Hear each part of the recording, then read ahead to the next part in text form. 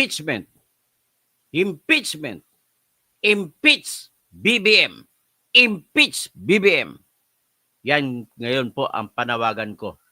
Ngayon, nakumpirma ko na ang aking teorya mula pa ng simula pa lamang na walang iba ang may utak sa likod nito kundi si BBM ang may utak sa nakawan sa flood control. Pakinggan ang pag-amin, unang bahagi ng pag-amin ni Saldico na ibinigay ito sa GMA7. GMA7, nakikiusap ako, payagan niyo ko gumamit ng inyong video para sa bayan. Ngayon, nauunawaan ko rin kung bakit. Wala, umpisa. Para sa bawat Pilipino, alam ko na buo ang galit ninyo sa akin ngayon. Nauunawaan ko rin kung bakit. Lalo na at malaki ang halagang nakataya. Kita mo, ang payat niya na ngayon, no? Pero bago kayo humusga, hayaan ninyong ipaliwanag ko ang buong katotohanan. Matagal akong hindi nagsalita dahil may direktang utos sa akin. Huwag nang bumalik ng Pilipinas at manahimik na lamang. Umalis ako noong July 19, 2025 para sa aking medical check-up. Nakaplanong bumalik pagkatapos ng SONA ni Pangulo. Pero habang papauwi na ako, tinawagan ako ni dating Speaker Martin Romualdez at sinabihan, "Stay out of the country. You will be well taken care of as instructed by the President." Noon naniniwala pa ako sa kanila, kaya't hindi ako bumalik.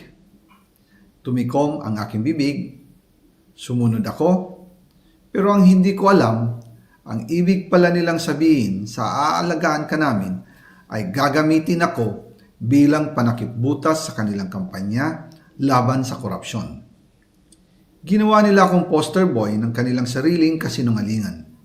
Ngayon, hindi na ako mananahimik, ilalabas ko ang lahat ng katotohanan.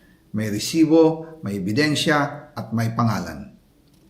Nagsimula ito nung tumawag si Sekmina Pangandaman sa akin nung nag-umpisa ang BICAM process last year, 2024. Ang sabi niya, katatapos lang ng meeting nila ni Pangulo at may instructions na mag-insert o magpasok ng 100 billion worth of projects sa BICAM.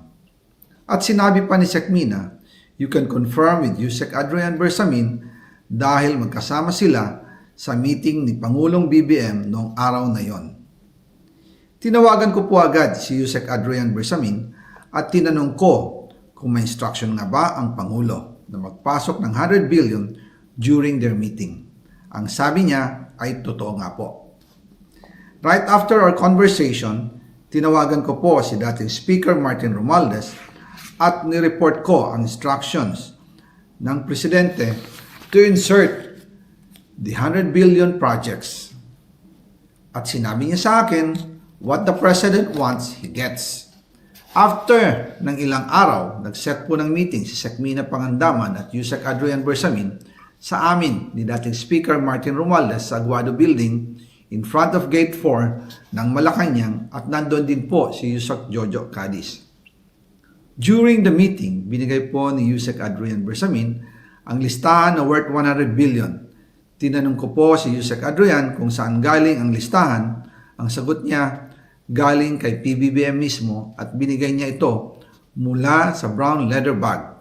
Nung sinabi po ni Yusek Adrian Bersamin yung brown leather bag, naalala ko noong nasa Singapore kami right after the elections of May 2022 sa Hilton Hotel, kami ni dating Speaker Martin and PBBM habang pauwi at pabalik ng Pilipinas, hinabol ng PSG ang brown leather bag at ang sabi ni PBBM, maiwan na lahat, wag lang ang brown leather bag.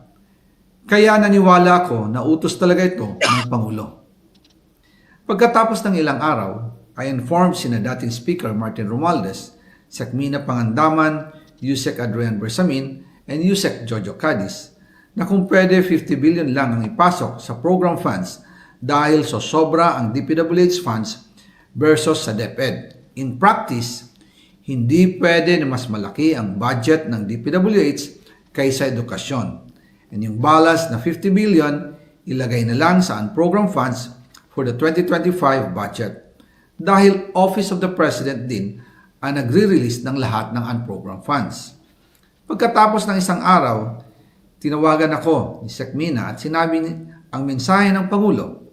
Ipasok ninyo yan dahil pinangako na sa akin ni Speaker Martin yan at hindi na pwedeng baguhin. Kumbaga, ang utos ng hari hindi pwedeng mabali. Grabe ha. Again, Ito lang aking masasabi. Hindi ako maniniwala na si Amina Pangandaman na aking ginagalang ay nagpagamit pala dito. Karangalan ka pa naman ng lahing Maranao. Bakit ganito yan? Secretary Amina Pangandaman. Bakit? Napagamit ka, kasama mo sila ni Adrian Bersamin na apo sa pamangkin, apo sa kapatid ni Lucas Bersamin. Ang tatay nito yung vice governor ng Abra sa ngayon. Grabe. Nung isang araw, pinalabas ko ang ghost project na 198 million na nangyari doon sa Santo Tomas, Batangas. Hindi, Santo Tomas, Pangasinan. Na kung saan ay ghost project. Grabe. Ang may kontrata nun, yung manugang ni Lucas Bersamin. Nakakahiya ka, Lucas Bersamin, Chief Justice ka pa naman sa Supreme Court dati. Ang construction firm na ginamit ninyo ay Lux Golden Construction na nakipag-partner ko na sa Silver Wolves. Matindi kayo. Pakinggan natin si Saldico. I informed the Speaker and asked clearance about the instructions ng Pangulo. At ang sabi niya, wala tayong magagawa. Kaya po nagtataka ako kung bakit sinasabi ni Pangulo na hindi niya makilala ang budget, samantalang lahat na binawas at dinagdag sa mga ahensya ng gobyerno ay humihingi ng approval sa kanya si Sekmina Pangandaman. Tikita mo ha? Paano mo sasabi na hindi alam ni BBM? Ilalagay ba ni Secretary Mina Pangandaman doon kung hindi alam ni BBM? Ulitin natin, pakinggan natin ulit. Ulitin ko lang, i-rewind ko lang itong pag-aamin. Unang bahagi ng pag-aamin ni Saldico, pinadala po ito galing sa abroad. At dinownload ko lang ito galing sa GMA7. Kaya GMA7, huwag niyo kong awayin. Para sa bawat Pilipino, alam ko na buo ang galit ninyo sa akin ngayon. Nauunawaan ko rin kung bakit. Lalo na at malaki ang halagang nakataya. Pero bago kayo humusga, hayaan ninyong ipaliwanag ko ang buong katotohanan. Matagal akong hindi nagsalita dahil may direktang utos sa akin. Huwag nang bumalik ng Pilipinas at manahimik na lamang. Umalis ako noong July 19, 2025 para sa aking medical check-up. Nakaplanong bumalik pagkatapos ng SONA ni Pangulo. Okay? Nung umalis siya, talagang totoo pala pang medical check-up. Nakaplano siya babalik pagkatapos ng SONA ni BBM. Pakinggan natin kung anong sunod nangyari. Pero habang papauwi na ako, tinawagan ako ni dating Speaker Martin Romualdez at Nung papauwi siya, tinawagan siya ni Speaker Romualdez. sinabihan, stay out of the country. You will be well taken care of as instructed by the President. Stay out of the country. You will be taken of. You will be taken care of as instructed by the President. Ano yan? Di, mastermind kayo. Ikaw ginagamit ka na, tama ang theory ko na ikaw ginagamit ka na arkitekto. Noon naniniwala pa ako sa kanila, kaya't hindi ako bumalik. Tumikom ang aking bibig, sumunod ako, pero ang hindi ko alam, ang ibig pala nilang sabihin sa aalagaan ka namin ay gagamitin ako bilang panakipbutas sa kanilang kampanya laban sa korupsyon. Ginawa nila akong poster boy ng kanilang sariling kasinungalingan. Ngayon, hindi na ako mananahimik, ilalabas ko ang lahat ng katotohanan. May resibo, may ebidensya, at may pangalan. Nagsimula ito nung tumawag si Sekmina Pangandaman sa akin nung nag-umpisa ang BICAM process last year, 2024. Ang sabi niya, katatapos lang ng meeting nila ni Pangulo at may instructions na mag-insert o magpasok ng 100 billion worth of projects sa BICAM. At sinabi pa ni Sekmina, You can confirm with Yusek Adrian Bersamin dahil magkasama sila sa meeting ni Pangulong BBM noong araw na yon.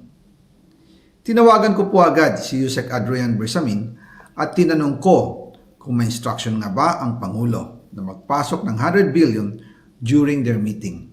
Ang sabi niya ay totoo nga po. Right after our conversation, tinawagan ko po si dating Speaker Martin Romualdez at nireport ko ang instructions ng Presidente to insert the 100 billion projects. At sinabi niya sa akin, what the President wants, he gets. After ng ilang araw, nag-set po ng meeting si Sekmina Pangandaman at Yusek Adrian Bersamin sa amin ni dating Speaker Martin Romualdez sa Aguado Building in front of Gate 4 ng Malacanang at nandun din po si Yusek Jojo Cadiz. During the meeting, binigay po ni Yusek Adrian Bersamin ang listahan na worth 100 billion. Tinanong ko po si Yusek Adrian kung saan galing ang listahan. Ang sagot niya, galing kay PBBM mismo at binigay niya ito mula sa brown leather bag. Nung sinabi po ni Yusek Adrian Bersamin yung brown leather bag, naalala ko noong nasa Singapore kami right after the elections of May 2022 sa Hilton Hotel, kami ni dating Speaker Martin and PBBM habang pauwi at pabalik ng Pilipinas, hinabol ng PSG ang brown leather bag at ang sabi ni PBBM, maiwan na lahat, wag lang ang brown leather bag. Kaya naniwala ako na utos talaga ito ng Pangulo. Pagkatapos ng ilang araw, I informed sina dating Speaker Martin Romualdez, Sekmina Pangandaman, Yusek Adrian Bersamin, and Yusek Jojo Cadiz na kung pwede 50 billion lang ang ipasok sa program funds dahil so sobra ang DPWH funds versus sa DepEd. In practice, hindi pwede na mas malaki ang budget ng DPWH kaysa edukasyon. And yung balance na 50 billion, ilagay na lang sa unprogram funds for the 2025 budget. Dahil Office of the President din ang nagre-release ng lahat ng unprogram funds. Pagkatapos ng isang araw, tinawagan ako ni Sekmina at sinabi ang mensahe ng Pangulo. Ipasok ninyo yan dahil pinangako na sa akin ni Speaker Martin yan at hindi na pwedeng baguhin. Kumbaga, ang utos ng hari hindi pwedeng mabali. Again, I informed the Speaker and asked clearance about the instructions ng Pangulo. At ang sabi niya, wala tayong magagawa. Kaya po nagtataka ako kung bakit sinasabi ni Pangulo na hindi niya makilala ang budget, samantalang lahat na binawas at dinagdag sa mga ahensya ng gobyerno ay humihingi ng approval sa kanya si Sekmina Pangandaman. O yan ang abangan ng kalawang bahagi. Pero sa kakapakanan ng mga bago nanood, pwede ko bang ulitin ito, pakinggan niyo maigi. May nakatsa ang attention ko sa sinasabi na brown envelope. Ano ba yung brown envelope? Tingnan nga natin. Dito banda sinabi. Talaga ito ng Pangulo. Pagkatapos ng ilang araw, I informed sina dating Speaker Martin Romualdez, Sekmina Pangandaman, Yusek Adrian Bersamin, and Yusek Jojo Cadiz na kung pwede 50 billion lang ang ipasok sa program funds dahil so sobra ang DPWH funds versus sa DepEd. In practice, hindi pwede na mas malaki ang budget ng DPWH kaysa edukasyon. Anyway, bukod Jojo Cadiz, sino pang ibang binanggit? Ang dami. Dito banda yung yung brown envelope. Pilipinas, hinabol ng PSG ang brown leather bag at ang sabi ni Martin and PBBM habang pauwi right after the elections of May 2022 sa Hilton Hotel, kami ni dating Speaker Martin and Hilton Hotel after May 2022 election. PBBM habang pauwi at pabalik ng Pilipinas, hinabol ng PSG ang brown leather bag at ang sabi ni PBBM, maiwan na lahat, wag lang ang brown leather bag. Ano kaya mayroon sa brown leather bag? Na pinahabol ni BBM. Maiwan ang lahat, wag lang ang brown leather bag. Kaya naniwala ko na utos talaga ito ng Pangulo. Pagkatapos ng ilang araw, I informed sina dating Speaker Martin Romualdez, Sekmina Pangandaman, Yusek Adrian Bersamin, and Yusek Jojo Cadiz na kung pwede 50 billion lang ang ipasok sa program funds. Okay, so yan. Para sa kapakanan ng bagong pasok pa lamang. Uulitin natin sa pangatlong beses itong pag-aamin ni Saldico. Unang bahagi ng kanyang pag-aamin. Ito po ay hindi ako naniniwala na AI sapagkat dinownload ko lang ito sa GME7 at ang unang may biktima ng AI ay GME7. So ito, hindi ako niwala kasi unang-una may shadow. Marunong din naman ako gumawa ng mga AI eh. Eh kung walang shadow, ang hirap ang shadow ipantay mo sa galaw ng ulo ng tao. Kaya kung galaw ang tao ang ulo niya, galaw din ang shadow. O, tingnan natin ulit. Para pakinggan natin, ang sarap pakinggan, parang musikang isang bagong-bagong hit na musika. Pakinggan natin ulit. Para sa bawat Pilipino, alam ko na buo ang galit ninyo sa akin ngayon. Nauunawaan ko rin kung Ikaw. bakit. Bago ko ipagpatuloy, natatawa ako sa sagot mo, Domingo Gamuis Jr. Ang brown bag ay may cocaine na laman. Kaya mawala na kayong lahat, wag laging brown bag. siguro nga. Okay, ulit. Para sa bawat Pilipino, alam ko na buo ang galit ninyo sa akin ngayon. Nauunawaan ko rin kung bakit. Lalo na at malaki ang halagang nakataya. Pero bago kayo humusga, hayaan ninyong ipaliwanag ko ang buong katotohanan. Matagal akong hindi nagsalita dahil may direktang utos sa akin. Huwag nang bumalik ng Pilipinas at manahimik na lamang. Umalis ako noong July 19, 2025 para sa aking medical check-up. Nakaplanong bumalik pagkatapos ng SONA ni Pangulo. Pero habang papauwi na ako, tinawagan ako ni dating Speaker Martin Romualdez at sinabihan, "Stay out of the country. You will be well taken care of as instructed by the President." Noon naniniwala pa ako sa kanila, kaya't hindi ako bumalik. Tumikom ang aking bibig, sumunod ako, pero ang hindi ko alam, ang ibig pala nilang sabihin sa aalagaan ka namin ay gagamitin ako bilang panakipbutas sa kanilang kampanya laban sa korupsyon. Ginawa nila akong poster boy ng kanilang sariling kasinungalingan. Ngayon, hindi na ako mananahimik, ilalabas ko ang lahat ng katotohanan. May resibo, may ebidensya, at may pangalan. Nagsimula ito nung tumawag si Sekmina Pangandaman sa akin nung nag-umpisa ang BICAM process last year, 2024. Ang sabi niya, katatapos lang ng meeting nila ni Pangulo at may instructions na mag-insert or magpasok ng 100 billion worth of projects sa BICAM. At sinabi pa ni Sekmina, you can confirm with Yusek Adrian Bersamin dahil magkasama sila sa meeting ni Pangulong BBM noong araw na yon. Tinawagan ko po agad si Yusek Adrian Bersamin at tinanong ko kung may instruction nga ba ang Pangulo na magpasok ng 100 billion during their meeting. Ang sabi niya ay totoo nga po. Right after our conversation, tinawagan ko po si dating Speaker Martin Romualdez at nireport ko ang instructions ng Presidente to insert the 100 billion projects. At sinabi niya sa akin, what the President wants, he gets. After ng ilang araw, nag-set po ng meeting si Sekmina Pangandaman at Yusek Adrian Bersamin sa amin ni dating Speaker Martin Romualdez sa Aguado Building in front of Gate 4 ng Malacanang at nandun din po si Yusek Jojo Cadiz. During the meeting, binigay po ni Yusek Adrian Bersamin ang listahan na worth 100 billion.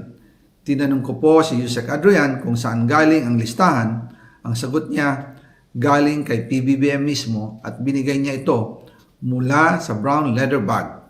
Nung sinabi po ni Yusek Adrian Bersamin yung brown leather bag, naalala ko noong nasa Singapore kami right after the elections of May 2022 sa Hilton Hotel, kami ni dating Speaker Martin and PBBM habang pauwi at pabalik ng Pilipinas, hinabol ng PSG ang brown leather bag at ang sabi ni PBBM, maiwan na lahat, wag lang ang brown leather bag. Kaya maiwan ang lahat, wag lang ang brown leather bag. Pauwi sila galing Singapore, May 22, pagkatapos ng eleksyon. naniwala ako na utos talaga ito ng Pangulo. Pagkatapos ng ilang araw, I informed sina dating Speaker Martin Romualdez, Secmina Pangandaman, Yusek Adrian Bersamin, and Yusek Jojo Cadiz na kung pwede 50 billion lang ang ipasok sa program funds dahil sobra ang DPWH funds versus sa DepEd. In practice, hindi pwede na mas malaki ang budget ng DPWH kaysa edukasyon. And yung balance na 50 billion, ilagay na lang sa unprogram funds for the 2025 budget. Dahil Office of the President din ang nagre-release ng lahat ng unprogram funds. Pagkatapos ng isang araw, tinawagan ako ni Secmina at sinabi ang mensahe ng Pangulo.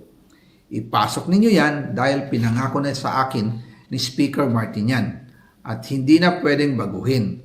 Kumbaga, ang utos ng hari hindi pwedeng mabali. Again, I informed the Speaker and asked clearance about the instructions ng Pangulo. At ang sabi niya, wala tayong magagawa. Kaya po nagtataka ako kung bakit sinasabi ni Pangulo na hindi niya makilala ang budget. Samantalang lahat na binawas at dinagdag sa mga ahensya ng gobyerno ay humihingi ng approval sa kanya si Secmina Pangandaman. Ayan so ladies and gentlemen, what shall we do?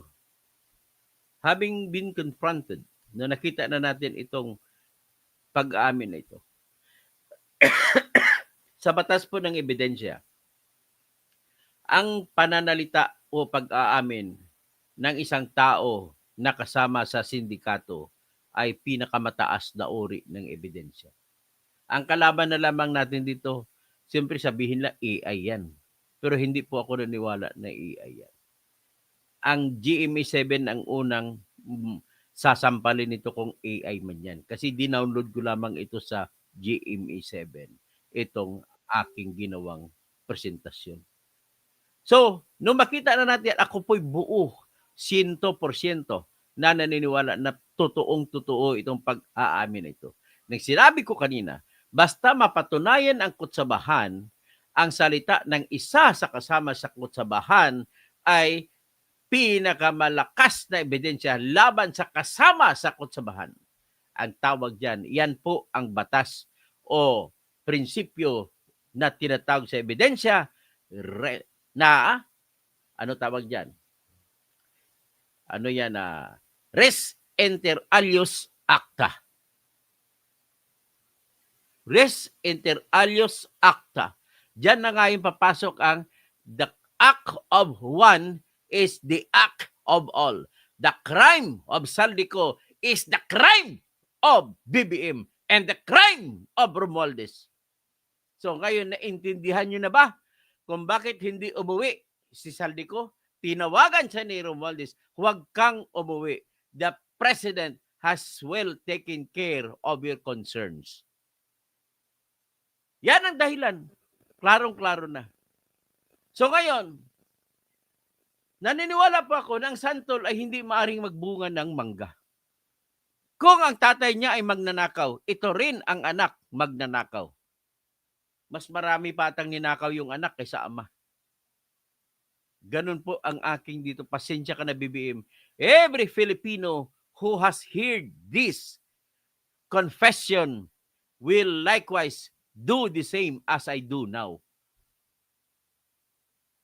Kaming mga Pilipino, umaasa lamang kami sa kagandahan ng pamahalaan para maayos ang aming buhay. Andyan yung mga magsasaka. Umiiyak po ngayon na magsasaka dahil sa bagyo ay 8 pesos na lamang ang presyo ng kanilang palay kasi napilitan sila na anihin sapagkat tinumba ng bagyo ang kanilang mga palay. Naalala mo ba noong January 2023? Nagpakamatay yung 5 magsasaka sa Pangasinan. Magsasaka na nagtatanim ng Bombay. Sapagkat hindi nila kayang bayaran ang milyon na inutang nila para ipuhunan sa pagtanim ng Bombay doon sa Pangasinan. January 2023, hindi pa malayo para makakalimutan. At hindi lang yan, marami pa sa ibang probinsya na nangyari din na nagbigti sa sarili ang mga magsasaka na nagtatanim ng Bombay kasi ang kanilang inutang Dapat sana kikita sila kung mataas mga 40 pesos per kilo, ibinenta 8 pesos per kilo. Yan po ang dahilan kung bakit nanggaling yan po lahat sa korupsyon. Matindi. Kaya sana, ang mangyari sa ating mga magsasaka, palay man, o Bombay man, o anumang klaseng ibang pananim, ay magtatapang sana, magtatanim ang mga iyan kung sigurado ang kanilang kinabukasan. Paano natin masiguro ang kinabukasan ng mga magsasaka natin? Sa pamamagitan po ng pagsagawa ng crop insurance. Ang mga magsasaka ng Bombay, magtanim kayo. Pagtapos itanim, i-rehistro natin ang tanim niyo. Ilang hektarya ba yan? Oh, alright, kung babagyo man, bibigyan kayo ng katumbas na halaga ng pamahalaan na pera para hindi kayo malugi. Kung anong puhunan ninyo, ibalik ng pamahalaan saka sakali magkabagyo. Dapat sana ganon ang pinakapanimulang programa para pangsakahan. Ay, ako. Tapos nanakawin nyo lamang sa flood control. Kaya hindi katakataka pag sinabi ng iba, show me your friends and I'll tell you who you are. Kung ang friend mo si Saldico, sasabihin ko magnanakaw ka. Kung ang friend mo si Tambaluslo, sabihin ko na magnanakaw ka. Kung ang friend mo si BBM, sasabihin ko na magnanakaw ka. At kung ang executive secretary mo si Lucas Bersamin, magnanakaw din yan si Lucas Bersamin. Kaya pala, isang proyekto na aking hawak na pinadala sa akin, nagpapakita po na ang kontrata ay pirmado ng manugang ni Lucas Bersamin at hindi po nangyari ang proyekto ito. Ito po yung kontrata, kopya. Ipakita ko sa inyo. Pinadala sa akin galing Pangasinan. Ayan, yan ang kontrata. Ang pumirma dito, yung si Regional Director Ronel Tan na Mr. ni Helen Tan na gobernadora ng Quezon Province. Isa pang corrupt na gobernadora yan. O ito.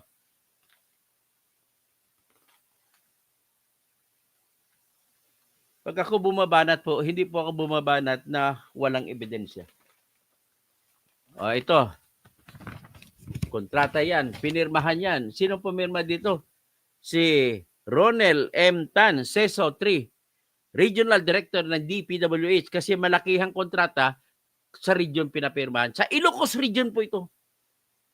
O, yung pumirma si Alvin Diego. At ang testigo si Jerry Hucar na siyang chief sa Construction Division sa Region 1, DPWH. At saka si Dexter Lumboy, Accountant 4 ng DPWH Region 1. At bakit hindi kayo nag-imbestiga sa Region 1? Ito yan, itong kontrata. Mamaya tatalakayin ko ito. Hanggang dito lang muna tayo sa pag-aamin ni Saldico. Kaya paki-share na lamang po at para malaman ng buong Pilipinas. Ay, nako. Paki-share lang po. Maraming salamat po.